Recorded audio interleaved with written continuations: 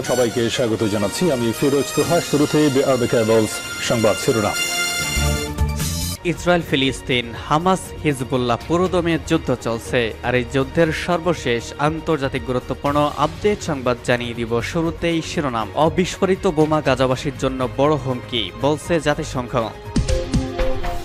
এরপর জানাবো, লেবাননে হামলা হলে ইসরায়েলের বিরুদ্ধে যুদ্ধ করবে ইরাকি প্রতিরোধ যোদ্ধারা, ভয়াবহ হুঁশিয়ারি। আরও জানিয়ে দিব, ইসরায়েলের হামলায় গাজায় নিহত বেড়ে ৩৮,০০০ ছাড়ালো। এরপর রয়েছে, আমেরিকা চোখ রাঙানি উপেক্ষা করে রাশিয়া থেকে গোপনে কয়লা এনেছে ভারত। এবং সর্বশেষ জানিয়ে দিব, আর্জেন্টিনার দ্বীপপুঞ্জ থেকে ৫০ কোটি ব্যারেল তেল চুরির পরিকল্পনা করেছে ব্রিটেন ও ইসরায়েল।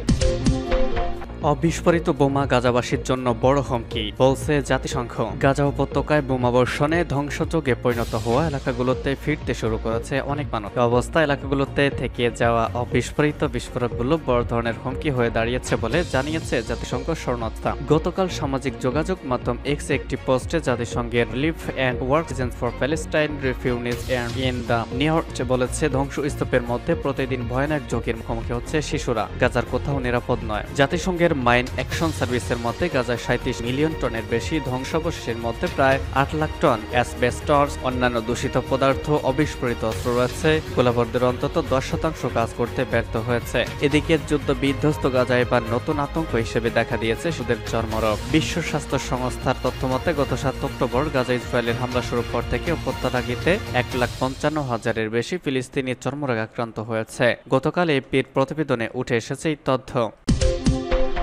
লেবাননে হামলা হলে ইসরায়েলকে পাল্টা জবাব দিবে ইরাকি যোদ্ধারা। ইরাকের ইসলামী প্রতিরোধ গোষ্ঠী লেবাননে নতুন আগ্রাসন শুরু হলে ইসরায়েল ও তার দোসর যুক্তরাষ্ট্রের বিরুদ্ধে যুদ্ধ শুরু করার ঘোষণা দিয়েছে। গোষ্ঠীটির এক ফিল্ড কমান্ডার সংবাদ সংস্থা এপিকে বলেছেন, লেবাননে ইসরায়েল পূর্ণমাত্রা সামরিক আগ্রাসন শুরু করলে উত্তেজনার জবাব তারা উত্তেজনাতেই দিবেন। নাম প্রকাশে অনিচ্ছুক ওই কমান্ডার বলেছেন, ইরাকের ইসলামী প্রতিরোধ এরই মধ্যে লেবাননে তাদের সামরিক বিশেষজ্ঞ ও উপদেষ্টাদের পাঠিয়েছে। ইরাকের রাষ্ট্রবিজ্ঞানী আলী আল বাইদার সতর্ক করে বলেছেন, হিজবুল্লাহ ইসরায়েল যুদ্ধ শুরু হলে তা কখনো লেবাননে ভূখণ্ডে সীমাবদ্ধ থাকবে না। তিনি শঙ্কা প্রকাশ করেছেন, ইরাক অঞ্চলের সশস্ত্র গোষ্ঠীগুলো এই যুদ্ধে জড়িয়ে পড়তে পারে। গত ৭ বছরের ৭ অক্টোবর গাজা ইসরায়েলি আগ্রাসন শুরু হওয়ার পর থেকেই মুখোমুখি অবস্থানে রয়েছে লেবাননের সশস্ত্র গোষ্ঠী হিজবুল্লাহ ও ইসরায়েল। চলছে হামলা পাল্টা হামলা। হিজবুল্লাহ ধারাবাহিকভাবেই ইসরায়েলের নানা স্থাপনা লক্ষ্য করে হামলা অব্যাহত রেখেছে। ইসরায়েল ও পাল্টা ব্যবস্থা হিসেবে লেবাননের হিজবুল্লাহ অধ্যুষিত বিভিন্ন এলাকায় হামলা চালাচ্ছে। সম্প্রতি হিজবুল্লাহ হামলার পরিমাণ বাড়িয়ে দেওয়ায় মধ্যপ্রাচ্য জুড়েই সংঘাত ছড়িয়ে পড়ার শঙ্কা দেখা দিয়েছে। ইরাকের প্রতিরোধ যোদ্ধারাও গাজার মানুষদের প্রতি সংহতি জানিয়ে ড্রোনের মতো অস্ত্র ব্যবহার করে ইসরায়েলের নানা স্থাপনায় হামলা চালিয়ে আসছে। গত মঙ্গলবারও ইয়েমেনের হুতি বিদ্রোহীদের সাথে যৌথভাবে ইরাকি প্রতিরোধ যোদ্ধারা হাইফা ইসরায়েলের গুরুত্বপূর্ণ স্থাপনায় হামলা চালানোর দাবি করেছে। ইসরায়েলের হামলায় গাজায় নিহত ৩৮,০০০ ছাড়ালো। ইসরায়েলের বড় বড় হামলায় গাজায় পর্যন্ত নিহতের সংখ্যা ৩৮,০০০ ছাড়িয়েছে। উপত্যকাটির স্বাস্থ্য মন্ত্রণালয় জানিয়েছে, গত ৭ অক্টোবর থেকে আজ পর্যন্ত গাজায় নিহত ফিলিস্তিনির সংখ্যা দাঁড়িয়েছে ৩৮,১০০ জনের মতো, আর আহত হয়েছে ৮৭,৫০০ জনের মতো। খবর আল জাজিরার। স্বাস্থ্য মন্ত্রণালয়ের নিয়মিত আপডেটে আরও জানানো হয়, গত ২৪ ঘন্টায় ইসরায়েলের হামলায় গাজায় নিহত হয়েছেন ৫৮ জন আর আহত হয়েছেন ১৭৯ জন। আজ গাজা সিটির পূর্বাঞ্চলে বাসযুদ্ধের আশ্রয় দেওয়া একটি স্কুলে হামলা চালিয়েছে ইসরায়েলি সেনারা। এতে বেশ কয়েকজন নিহত এবং আহত হয়েছেন। এর আগে ইসরায়েলি বাহিনী গাজা সিটির সাফ ও দারাস এলাকার আবাস বাড়িতে হামলা। এদিকে গাজার স্বাস্থ্য মন্ত্রণালয় জানিয়েছে, জ্বালানির সংকটে কয়েক ঘন্টার মধ্যে বন্ধ হয়ে যেতে পারে দক্ষিণ গাজার খান ইউনিসের নাসের হাসপাতাল। খান ইউনিস ও রাফায় রোগীদের সেবা প্রদানকারী একমাত্র হাসপাতাল ছিল এটি। প্রয়োজনীয় জ্বালানি সরবরাহের জন্য জরুরি ভিত্তিতে হস্তক্ষেপ করার জন্য মন্ত্রণালয় সকল আন্তর্জাতিক ও মানবিক সংস্থাকে আহ্বান জানিয়েছে। এদিকে গত ৭ অক্টোবরের পর থেকে পশ্চিম তীর থেকে ৯,৫২০ জন ফিলিস্তিনিকে গ্রেপ্তার করা হয়েছে। এর মধ্যে গত ২৪ ঘন্টায় ১০ জনকে গ্রেপ্তার করা হয়েছে। সর্বমোট গাজা ইসরায়েলি হামলা নিহতের সংখ্যা ৩৮,০০০ ছাড়িয়ে গিয়েছে। আজ গাজা স্বাস্থ্য মন্ত্রণালয় একটি বিবৃতিতে এই তথ্য জানিয়েছে। আমেরিকা চোখ রাঙানি উপেক্ষা করে রাশিয়া থেকে গোপনে কয়লা এলো ভারতে। ইসরায়েল যুদ্ধের কারণে বিশ্বের একটা বড় অংশের সামনে কোণঠাসা রাশিয়া, কিন্তু তারপরেও বিশ্ববাজারে রাশিয়া ব্যবসা বাণিজ্য করে আয় করেছে প্রচুর। আর তার অনেকাংশ আসছে বন্ধুরাষ্ট্র ভারত থেকে। মস্কোর সঙ্গে বন্ধুত্বপূর্ণ সম্পর্ক বজায় রাখায় আমেরিকার চোখ রাঙানিও দেখতে হয়েছে নয়াদিল্লিকে। তবে তা উপেক্ষা করেই রাশিয়ার দিকে বন্ধুত্বের হাত আরও বাড়িয়ে দিল ভারত। এবার এক প্রকার গোপনেই রাশিয়া থেকে কয়লা এলো ভারতে। রেলপথে নয়, ট্রেনে করে রাশিয়া থেকে টন কয়লা পৌঁছালো দেশটিতে। একটা নয়, দুটি নয়, অনেকগুলো ট্রেন ভর্তি কয়লা এসেছে। দিন কয়েক ধরে আন্তর্জাতিক উত্তর দক্ষিণ ট্রান্সপোর্ট করিডোর নিয়ে আলোচনা চলছে। বিভিন্ন প্রতিবেদন সূত্রে খবর, করিডোর ধরেই কয়লা ভারতে পৌঁছেছে। এই করিডোরকে মাল্টি ট্রান্সপোর্ট করিডোর বলা হয়, কারণ রেলপথ ছাড়াও সড়ক এবং জলপথ ব্যবহার করে এই রাজপথ যাত্রাপথে রাশিয়া থেকে ইরান হয়ে কয়লা বোঝাই ট্রেন এসে পৌঁছায় চান্দাহার বা চাবাহার বন্দর। সেখান থেকে জাহাজে করে ভারতে আনা হয়েছে কয়লা। আগে ব্যালিস্টিক সাগর, সুয়েজ খাল হয়ে রাশিয়া থেকে কোনো জিনিস ভারতে আসতো, যাতে সময় লেগে যেত কমপক্ষে ৪৫ দিন, কিন্তু উত্তর দক্ষিণ করিডোরের মাধ্যমে ট্রেনে করে কয়লা আসার সময় লেগেছে মাত্র ২৫ দিনে। আগে বাল্টিক সাগর হয়ে আসতো। সম্প্রতি ইরানের সঙ্গে চাবাহার বন্দর নিয়ে একটি ঐতিহাসিক চুক্তি সই করেছে ভারত। চুক্তি অনুযায়ী ইরানের চাবাহার সমুদ্র বন্দর আগামী ১০ বছরের জন্য ভারতের হাতে এসেছে।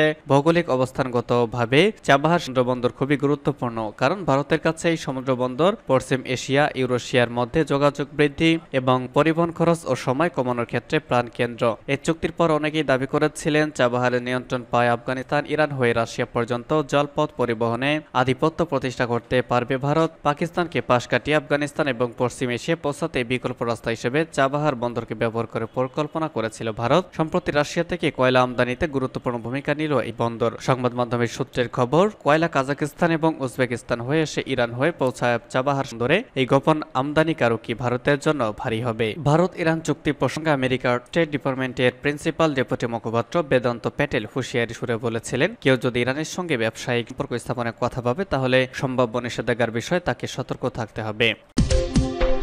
এবং সর্বশেষ জানিয়ে দিব, আর্জেন্টিনার দ্বীপপুঞ্জ থেকে ৫০ কোটি ব্যারেল তেল চুরির পরিকল্পনা করেছে ব্রিটেন ও ইসরায়েল। ব্রিটিশ সরকার আর্জেন্টিনার মালভিনাস দ্বীপপুঞ্জের ওপর কর্তৃত্ব বজায় রেখে এখন সেখান থেকে কমপক্ষে ৫০ কোটি ব্যারেল তেল লুট করার পরিকল্পনা করেছে। ব্রিটিশ সরকারের একটি প্রতিবেদনে বরাত দিয়ে দ্য টেলিগ্রাফ পত্রিকা লিখেছে, ব্রিটেন দক্ষিণ আমেরিকা অবস্থিত মালভিনাস দ্বীপপুঞ্জ থেকে কমপক্ষে ৫০ কোটি ব্যারেল তেল উত্তোলনের পরিকল্পনা করেছে। পার্স টুডে জানিয়েছে, ব্রিটেনের এই পদক্ষেপের কারণে দখলদার ইসরায়েল ও আমেরিকা সবচেয়ে বেশি লাভবান হবে। এই প্রতিবেদনে বলা হয়েছে, ব্রিটেন যে দ্বীপটি থেকে তেল উত্তোলনের পরিকল্পনা গ্রহণ করেছে সেটির নাম লিওনেস মারিনোস। ওই দ্বীপের তেল ক্ষেত্র নিয়ন্ত্রণ করছে ইসরায়েলি কোম্পানি নাভিটাস পেট্রোলিয়াম। এই তেল ক্ষেত্রটিতে ১৭০ কোটি ব্যারেলের বেশি তেল রয়েছে, যা রোজব্যাংক তেল ক্ষেত্রের স্কটল্যান্ডের উত্তর পশ্চিম অবস্থিত চেয়ে কয়েক গুণ বেশি। ব্রিটিশ গণমাধ্যম বলছে, দ্বীপবাসী রাজি হলে এই তেল ক্ষেত্র থেকে ইসরায়েল ব্যাপক লাভবান হতে পারবে। ব্রিটেনের পাশাপাশি তেল ক্ষেত্র থেকে আমেরিকাও লাভবান হবে বলে উল্লেখ করা হয়েছে।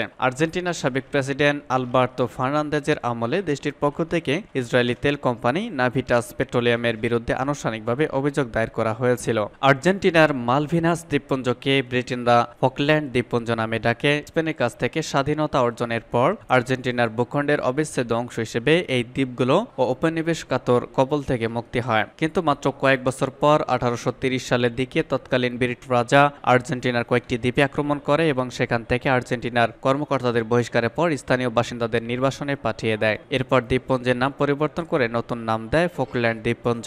এরপর থেকে আর্জেন্টিনার সরকার ও জনগণ তাদের ভূখণ্ড ফিরিয়ে দেওয়ার জন্য দাবি জানিয়ে আসছে, কিন্তু ব্রিটেন দ্বীপগুলো নিয়ে কোনো ধরনের আলোচনা করতে রাজিও হয়নি। ব্রিটেন অতীতের ঔপনিবেশিক আমলের মতো এখনো আর্জেন্টিনার দ্বীপপুঞ্জ দখলে রেখে উত্তেজনা জিয়ে রেখেছে। দক্ষিণ আটলান্টিক সাগরে অবস্থিত এই দ্বীপপুঞ্জকে আর্জেন্টিনার সমুদ্র সীমার অন্তর্ভুক্ত বলে ২০১৬ সালে স্পষ্ট রায় দিয়েছে জাতিসংঘের মহীসোপানের মহাদেশগুলির প্রসারিত পরিসীমা অঞ্চল সীমা নির্ধারণকারী কমিশন। ওই রায়ের ফলে আর্জেন্টিনার সমুদ্র সীমা আগের চেয়ে ৩৫% বেড়েছে। কিন্তু ব্রিটেন জাতিসংঘের এই রায়কে তোয়াক্কা না করে দ্বীপপুঞ্জে সামরিক উপস্থিতি বজায় রেখেছে এবং ওই অঞ্চলে সামরিক মহড়া সহ উস্কানিমূলক নানা তৎপরতা চালিয়ে যাচ্ছে। এই দ্বীপপুঞ্জে রয়েছে বিপুল পরিমাণ তেল ও গ্যাস সহ প্রাকৃতিক সম্পদের বিশাল ভান্ডার। এদিকে সম্প্রতি ফলস্বরূপ রাশিয়া থেকে ইরান হয়ে কয়লা ট্রেনে করেছে ভারত।